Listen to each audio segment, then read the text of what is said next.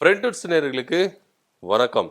விஜய் கட்சியில பாத்தீங்கன்னா அதிரடியா, அதாவது அதிமுகவை சேர்ந்தவர்களா இருக்கட்டும், இல்ல திமுகவை சேர்ந்தவர்களா இருக்கட்டும், நிறைய முன்னாள் நிர்வாகிகளும் விஜய் கட்சியில சேர்ந்திருக்கிறாங்க. சோ இப்படி சேர்றது பாத்தீங்கன்னா விஜய் நவோ பெருசா சாதிச்சிட்டாரு, தன்னுடைய கட்சி அடுத்த லெவலுக்கு போயிருது, அப்படி இப்படின்லாம் சொல்லிட்டு என்ன பண்றாரு, பேசிட்டு இருக்காங்க. ஆனா உண்மையிலேயே விஜய் அடுத்த லெவலுக்கு போறாரா அப்படின்னா இல்லவே இல்ல. இப்ப என்ன விஷயம் அப்படின்னு பாத்தீங்கன்னா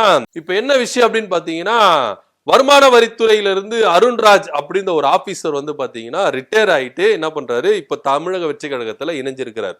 உடனே என்ன பண்றாங்கன்னா, பதவியில இருந்த ஒருத்தர் அரசு வேலையே வேண்டாம் அப்படின்னு உதறி தள்ளிட்டு இப்ப அவர் அசிஸ்டன்ட் கமிஷனர் இருந்திருக்காரு, வருமான வரித்துறையில அசிஸ்டன்ட் கமிஷனரா இருந்திருக்காரு. அப்பேற்பட்ட ஒரு பதவியில இருந்துட்டு எனக்கு இந்த வேலையே வேண்டாம் அப்படின்னு தூக்கி எறிஞ்சிட்டு தமிழக வெற்றி கழக தலைவர் விஜய் கட்சியில தலைமையில சேரணும் அப்படின்னு சொல்லிட்டு அவர் கட்சியில சேர்ந்திருக்கிறாருல, எவ்வளவு பெரிய விஷயம் பா அப்படி இப்படின்னு சொல்லி பேசிக்கிறாங்கல்ல. இதுல நிறைய விஷயங்கள் குளறுபடியா இருக்கு. என்ன விஷயம் அப்படின்னு நம்ம சொல்லிட்டு ஃபர்ஸ்ட் பார்ப்போம். இந்த அருண்ராஜ் இருக்கிறார்ல, இவர் பாத்தீங்கன்னா இங்க அவர் டாக்டரா இருந்திருக்கிறாரு. அதுக்கப்புறம் அவர் பாத்தீங்கன்னா இந்திய குடிமைப்பணி தேர்வுல தேர்ச்சி பெற்று ஐஆர்எஸ், அதாவது வருவாய்த்துறையில என்ன பண்ணிருக்காரு, அந்த இடத்துல பாஸ் பண்ணி இன்கம் டாக்ஸ்ல என்ன பண்ணிருக்காரு, ஜாயின் பண்ணிருக்காரு.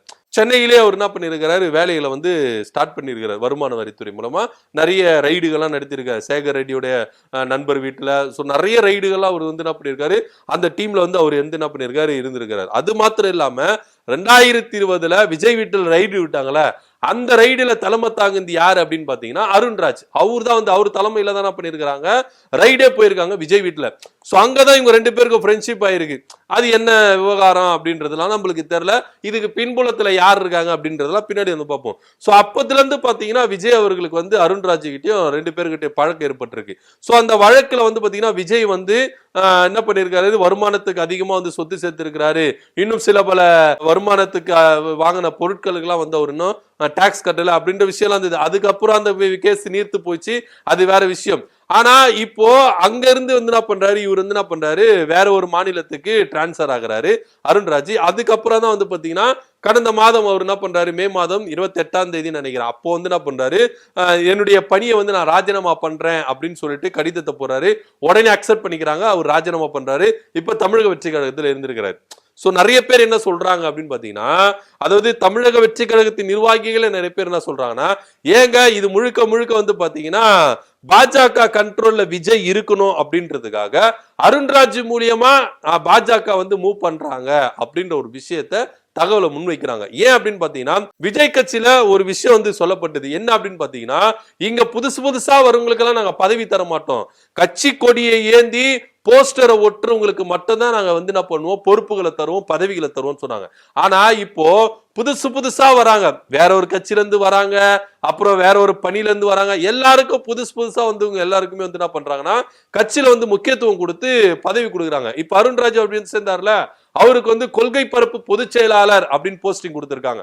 இது மாத்திரம் இல்லாம அவர் கட்சிக்கு வரதுக்கு முன்னாடியே விஜய் அவர்களுக்கு ஆலோசகராகவும் இருந்திருக்கிறாரு அப்படின்னு சொல்லிட்டு, சோ இதன் விளைவா அவர் ஒரு பதவியிலே இருந்திருக்காரு, அரசு பணியிலே இருந்துட்டு ஒரு கட்சி தலைவருக்கு ஆலோசகரா இருக்கிறாரு. இது என்ன முரண்பாடு அப்படின்னு சொல்லிட்டு ஆபீஸ்க்குள்ளே, அதாவது அவருடைய அரசு பணி வேலை செய்யறாருல, அந்த ஆபீஸ்க்குள்ளே ஏகப்பட்ட பிரச்சனை வந்திருக்கு. சோ இதெல்லாமே கருத்துல கொண்டு பாஜக என்ன மூவ் பண்றாங்கன்னா, சோ விஜய் அவர்களுக்கு ஒய் பிரிவு பாதுகாப்பு கொடுத்தாங்களா, இந்த ஒய் பிரிவு பாதுகாப்பு மூலியமாவே பாஜக தன் பக்கத்துல அவங்க வளையத்துக்குள்ள கொண்டு வந்துட்டாங்க விஜய் அப்படின்னு சொல்லிட்டு சொல்லப்பட்டது.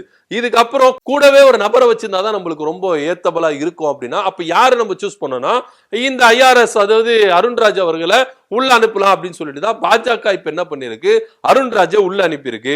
இப்ப அருண்ராஜோடைய பேச்சுகள்லாம் எப்படி வரப்போகுது, ஏன்னா கொள்கை பரப்பு பொதுச் செயலாளர் இருக்காரு, விஜயோட கொள்கையெல்லாம் இவர் தான் எடுத்துட்டு போகணும். இவர் விஜயோட கொள்கையை எடுத்துட்டு போறாரா இல்ல பாஜக கொள்கையை எடுத்துட்டு போறாரான்றது அப்பாற்பட்ட விஷயம்.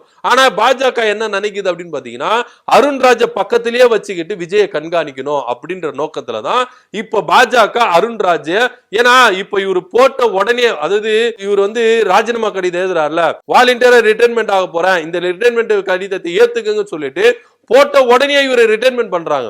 சோ இது நிறைய பேருக்கு நடந்திருக்காங்கன்னா நிறைய பேருக்கு நடந்தது இல்ல அப்படின்னு தான் வருமான வரித்துறையில ஹிஸ்டரி வந்து சொல்லுது. ஆனா இவருக்கு மட்டும் என்ன பண்றாங்கன்னா உடனே ரிட்டையர்மெண்ட் கொடுக்குறாங்க. கொடுத்து உடனே என்ன பண்றாரு, தமிழக வெற்றி கழகத்துல இணைறாரு. தமிழக வெற்றி கழகத்துல இணைந்ததுன்னு இவருக்கு கொள்கை பரப்பு பொதுச் செயலாளர் போஸ்டையும் கொடுக்கப்படுது. எல்லாமே சீக்கிரமா நடக்கும்போது ஏதோ ஒரு விஷயம் இடிக்குது அப்படின்னு சொல்லிட்டு தான் தமிழக வெற்றி கழகத்தின் நிர்வாகிகள் என்ன பண்றாங்க சொல்றாங்க. சோ அந்த வகையில விஜய முழு கண்ட்ரோல்ல கொண்டு வரணும், அவங்க பாஜகவுடைய வலயத்துல கொண்டு வரணும்ன்றதுக்காக தான் ஒய் பிரிவு பாதுகாப்பு மூலியமா ஒரு விஷயத்தை மூவ் பண்ணாங்க. இப்ப அடுத்தபடியா அருண்ராஜ் மூலியமாவும் என்ன பண்றாங்க, அடுத்த கட்ட மூவ பாஜக பண்ணுது அப்படின்னு சொல்லிட்டு திட்டவட்டமா சொல்றாங்க. இதற்கு விஜய் அவர்களும் சம்மதித்தார் அப்படின்ற ஒரு காரணத்துலதான் விஜய் அவர்களும் அருண்ராஜ வரவே அவரு தாராளமா மனசார ஏத்துக்கிறாரு. ஏன்னா இவர் வருமான வரித்துறையில வந்து என்ன பண்றாரு, ரைடு விட்டு இருக்கிறாரு. அந்த கொஸ்டின் கேட்கும் போது இவர் என்ன பண்றாரு, மழுப்பலா சொல்றாரு அவர் ரைடெல்லாம் விடலங்க. ஆனா இவர் தலைமையில தான் ரைடே நடந்திருக்கு விஜய் வீட்டுல. ஆனா இன்னைக்கு கேட்டா நான் ரைடெல்லாம் பண்ணவே இல்லைங்க, அதெல்லாம் நடக்கவே இல்லை, நீங்க வந்து அப்படின்னு சொல்லிட்டு மழுப்பலா பதில் சொல்லிட்டு போறாரு. சோ இதுக்கு பின்னாடி இந்த சிங்சா அடிக்கிறாரு ஆதவ் அர்ஜுனா. அதெல்லாம் அவரு வந்து பண்ணலங்க, வேற ஒருத்தர் பண்ணாங்கன்னு சொல்றாரு. சோ இதெல்லாமே பார்க்கும்பொழுது வந்து பாத்தீங்கன்னா ஏதோ ஒரு முரண்பாடு இடிக்குதுல அப்படின்னு தானே பார்க்கப்படுது. சோ அது மாத்திரம் இல்லாம இவர் ரைடு விட்டதுக்கான ஆதாரங்களை சமூக வலைதளங்களை நிறைய வீடியோக்கள் இப்ப வந்து என்ன பண்ணுது பரவிட்டு வந்திருக்கு. சோ அருண்ராஜ் அவர்கள் தான் ரைடு விட்டார் அப்படின்றதுக்கு ஆதாரமா நிறைய வீடியோ சமூக வலைதளங்களை பரவிட்டு இருக்கு. என்ன பண்ண போறாங்க இப்போ முழுக்க வந்து பாத்தீங்கன்னா பாஜக கண்ட்ரோல்ல தமிழக வெற்றி கழகம் போயிருச்சு அப்படின்னு சொல்லுது. ஏன்னா பாஜக வந்து தமிழக வெற்றி கழகத்தை எப்படி, அதாவது எல்லாருமே என்ன சொல்றாங்கன்னா RSS எப்படியாச்சுன்னா தமிழ்நாட்டுல காலை பதிச்சிடணும், அதுக்காகத்தான் ஒவ்வொரு கட்சியா வந்து ஒவ்வொரு ஆலையா என்ன பண்றாங்க அனுப்புறாங்க. ரஜினி அப்படின்ற ஒருத்தரை சூஸ் பண்ணாங்க, அதுக்கப்புறம் ஒரு சுதாரிச்சுட்டு பேக் வாங்கிட்டாரு. இப்போ அப்புறம் சீமான் அவர்களை வந்து என்ன பண்றாங்க கையில் எடுத்துட்டாங்க. இப்ப அடுத்தபடியா விஜய் அவர்கள் வந்து என்ன பண்றாங்க உள்ள நுழைக்கிறாங்க அப்படின்னு சொல்லிதான் அரசியல் வட்டாரங்கள் பேசப்படுது. அது எந்த அளவுக்கு உண்மை அப்படின்றது நம்மளுக்கு தெரியல, ஆனா அரசியல் வட்டாரத்துல அதுதான் பேசிட்டு இருக்காங்க. சோ இந்த நிகழ்வு நடக்கும் பொழுது இது இன்னும் நம்ம சந்தேகத்தை ஏற்படுது. உண்மையிலே தமிழக வெற்றி கழகம், ஏன்னா இவங்களுடைய கொள்கை எங்குமே இல்ல, இந்த கட்சியில தான் வந்து புதுமையா கொள்கை இருக்குது அப்படின்னு அர்த்தத்துல பேசுறாரு. இதை விட காட்டில கொள்கையில திராவிட கட்சிகள் கிட்ட இருக்கு. இவர்கிட்ட என்ன கொள்கை இருக்கு, திராவிடமும் தமிழ் தேசியம் தான் இவர் இரு கண்கள் சொல்றாரு. இந்த கொள்கை தான் ஆகப்பட்டு இருந்த. நீங்க திராவிட கட்சி கொள்கைகளை பின்பற்றாத ஒரு கட்சி புதுசா ஒரு கொள்கை எடுத்துட்டு வருதுன்னா எந்த கட்சி இல்ல அப்படின்றத நிதர்சனமான உண்மை. திராவிட கட்சிகள் இருந்தா கொள்கைகளை வந்து என்ன பண்றாங்க வேற்றுமைப்படுத்தி ஒவ்வொருத்தரும் ஒவ்வொரு விதத்துல கொள்கைகளை ஏற்படுத்திட்டு எங்க கொள்கை இதுதான் எங்க கொள்கை. ஆனா இது அடித்தளம் என்ன அப்படின்னு பார்த்தீங்கன்னா திராவிட கட்சிகள். சோ இதையே தெரிஞ்சுக்காம எங்குமே எந்த கட்சியில இல்லாத கொள்கை தமிழக வெற்றி கழகத்துல இருக்குது அப்படின்னு சொல்லிட்டு கண்மூடித்தனமா போறாங்க. இதனால தமிழக வெற்றி கழகம் ஒரு பெரிய பாதிப்பு ஏற்படுத்துமா தமிழக அரசியல் அப்படின்னா நிச்சயமா இருக்காது. இன்னைக்கு கட்சிக்குள்ள வந்தவங்களா நாளைக்கு எப்படி வெடிச்சு செதற போறாங்க அப்படின்றது. இன்னைக்கு அருண்ராஜ் வந்திருக்கிறாருன்னா ஆதாயத்தில் இல்லாமல் இருக்க முடியாது. பாஜகவின் பின்புலத்துல அருண்ராஜ் அவர்கள் தமிழக வெற்றி கழகத்துள்ள போயிட்டு என்ன பண்றாரு, விஜய் ஃபுல்லா கண்காணிச்சு தரவுகளை பாஜக அப்டேட் பண்ணோம் அப்படின்ற ஒரு அஜெண்டாவில தான் அவர் உள்ள வந்திருக்கிறாரு அப்படின்னு சொல்லிட்டு தமிழக வெற்றி கழகத்தின் நிர்வாகிகள் என்ன பண்றாங்க நிறைய பேர் சொல்றாங்க. என்ன நடக்குது அப்படின்றத பொறுத்து பார்க்கலாம். சோ வருமான வரித்துறை அதிகாரி அருண்ராஜ் அவர்கள் தமிழக வெற்றி கழகத்தில் இணைந்ததுக்கு பின்னாடி இவ்வளவு விஷயங்கள் இருக்குதா அப்படின்னு சொல்லிட்டு நம்மளாலே வியப்படைந்து பார்க்க முடியுது. இதை பத்தி உங்களோட கருத்து என்ன அப்படின்றத கீழே கமெண்ட் பண்ணுங்க. நன்றி, வணக்கம்.